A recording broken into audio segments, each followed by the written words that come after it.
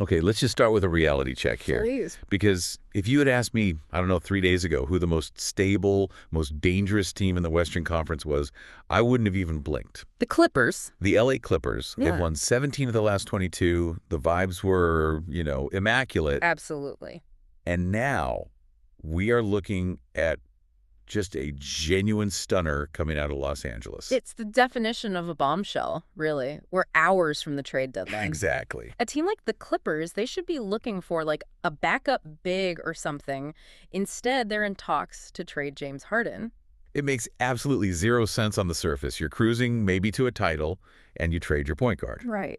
So I think our mission today has to be figuring out the real motivation. Is this about basketball? Is it financial?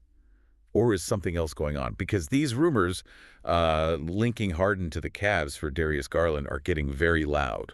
It's a little bit of all three, I think. Yep. But we have to start with the money. See, that's what I don't get. Steve Ballmer is the richest owner in sports. He prints money. Bro, why would he care about saving a few million if it costs him a championship? And that's the big misconception. It's not really about the cash itself. It's about the second apron. Okay. With the new CBA, I mean, the Clippers are terrified of this thing. If they give Harden the max deal he wants, we're talking something like 2 years, $80 million guaranteed. Wow. They basically handcuff themselves. This roster is locked in for the next 3 years. So it's more than just a huge luxury tax bill. Way more. The second apron is like a roster-building death sentence. If you cross that line, you can't trade draft picks 7 years out. You can't sign guys on the buyout market. You can't even bundle salaries in a trade. So you're stuck. You are completely stuck. And the reporting says the Clippers want a hard reset on their books by 2027. So they want flexibility more than they want to pay a 37-year-old James Harden $40 million. That feels incredibly risky. To choose future flexibility over a title window that is wide open right now, you finally have a team that works, and you blow it up for a spreadsheet. It does sound cold, but that's the business of the NBA now. Harden has that $42 million player option for next year. He wants security. The Clippers are basically saying, we like you, but we're not marrying you. And when a guy like Harden senses that hesitation, he starts looking for the door. But there's another layer to this, isn't there? Because financial flexibility is, it's a kind of boring reason to trade a superstar. There's a conspiracy theory floating around that is a lot juicier. You have to be talking about the Kawhi Leonard situation. Exactly. Kawhi misses the All-Star team. He's been really quiet, weirdly absent. And now there are these whispers, and I want to stress for everyone, these are just whispers for now. Very important distinction. That the league might be looking into the Clippers books. Yeah. Specifically about Kawhi's contract. The term is cap circumvention, and we have to be careful here, but the fear, the big is if the NBA found proof that the Clippers paid Kawhi, under the table or through some third party to keep his official salary down. What happens then? The penalties are nuclear. We're talking voided contracts. Voided contracts, as in he's just not on the team anymore. Yes. If they find a contract is fraudulent, the league can just void it. Kawhi could be a free agent tomorrow. The team could lose draft picks for a decade. So now, put yourself in James Harden's shoes. Okay. If you get even a tiny whiff that the ship might be legally sinking, do you really want to tie yourself to the mast for 3 more years? No way. That's terrifying. You're looking for a life raft immediately. Okay, Yeah. So he wants out. The trade on the table is a blockbuster. Harden for Darius Garland. It's a straight swap. The money works. They both make around $39 million. I have to stop you there. Yeah. Because getting younger, I get it. Garland is 26. Harden is almost 37. But Darius Garland, he's a ball-dominant guard. He needs the rock. Doesn't that clash with Kawhi? I mean, Kawhi is not exactly a catch-and-shoot guy. That is the big friction point. You're right. You're trading Harden, who's actually accepted this role as an elite facilitator, for a guy in Garland who still sees himself as a #1 option. So it's a talent upgrade long-term, maybe, because of the age, but a chemistry nightmare right now. It could be. It absolutely could be. It feels like they're trying to solve a problem for 2027 instead of winning a title in 2026. But okay, let's flip it. Why on earth would Cleveland do this? Garland was supposed to be their guy. That's the billion-dollar question, isn't it?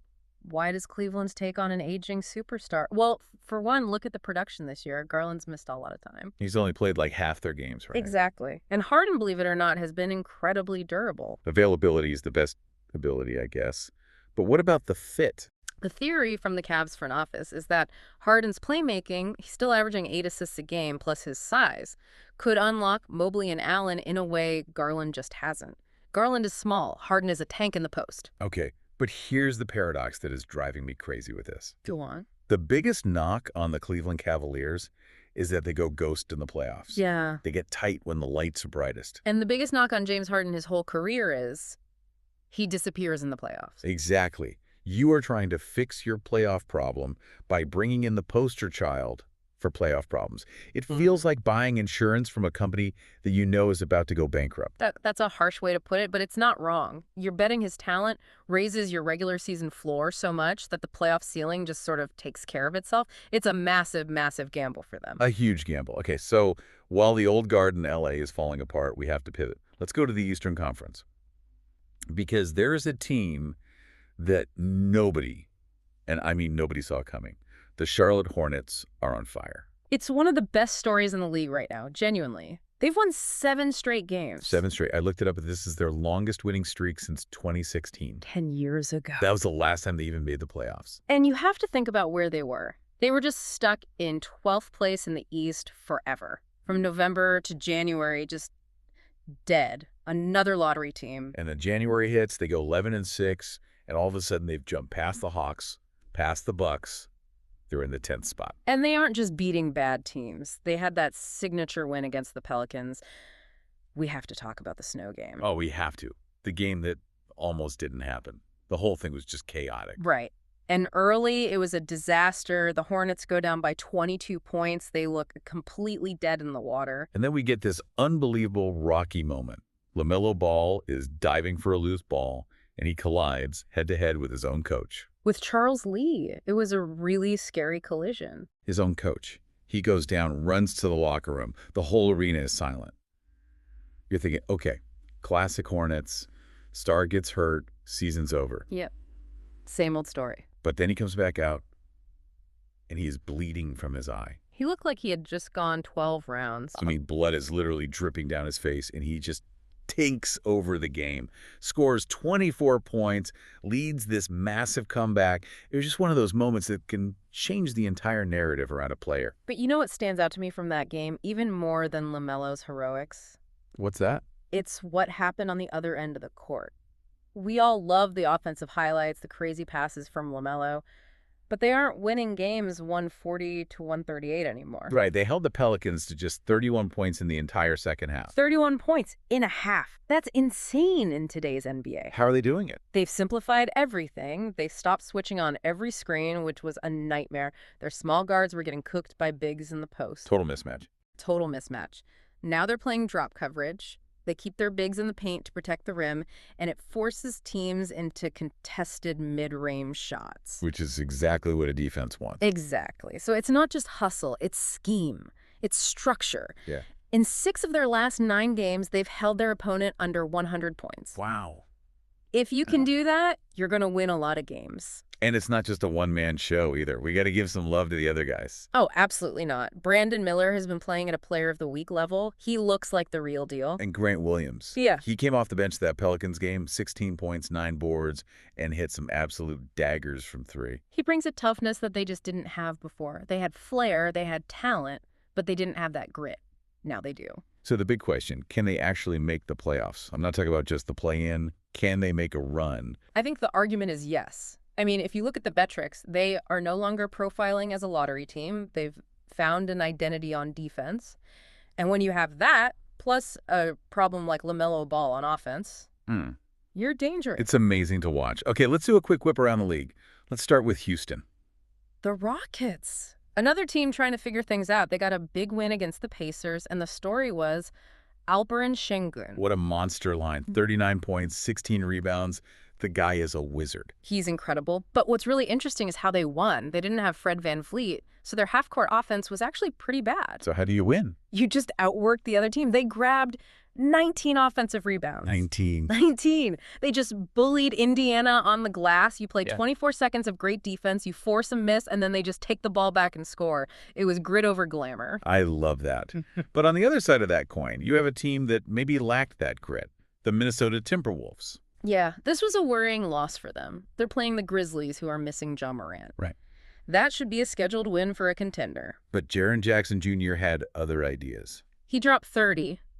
But for me, the concern isn't just that one guy went off. It's that the Wolves' defense, their identity, just completely collapsed. In the paint, on the perimeter, everywhere. What does a loss like that signal to you? It signals a maturity issue. A real title contender has to have that killer instinct. You have to suffocate a team like the Grizzlies when their best player is out. Losing focus like that is a massive red flag. It's that consistency that separates the good teams from the great ones. That's it, exactly. So let's bring it all together. It's this fascinating split screen in the league right now. On one side, you have the Clippers, the old guard maybe breaking up over money, and these complicated cap rules. And on the other side, you have this young, hungry Hornets team that's finally finding its identity through pure grit and defense. It feels like a changing of the guard. It really does. 1 minute you're immaculate, the next you're in panic trade mode. 1 minute you're a lottery team, the next you're on a historic run. And that's what makes this time of year so exciting. Absolutely. So I guess here's a final thought to leave everyone with. If the Cavaliers actually do this, if they trade for James Harden to fix their playoff issues, are they buying insurance or are they just buying a whole different kind of problem? And for the Hornets, is a 7-game win streak a fluke? Or have we finally seen the sleeping giant in LaMelo Ball wake up for good? Those are the questions we want to hear from you. Why do you think Cleveland would take that risk on Harden? Let us know. It's going to be a wild week. For sure. Thank you for listening. Please comment too, like, subscribe. If you're on YouTube, Spotify, please leave a 5-star review. It will help the channel grow. Until next time, please check our previous episodes.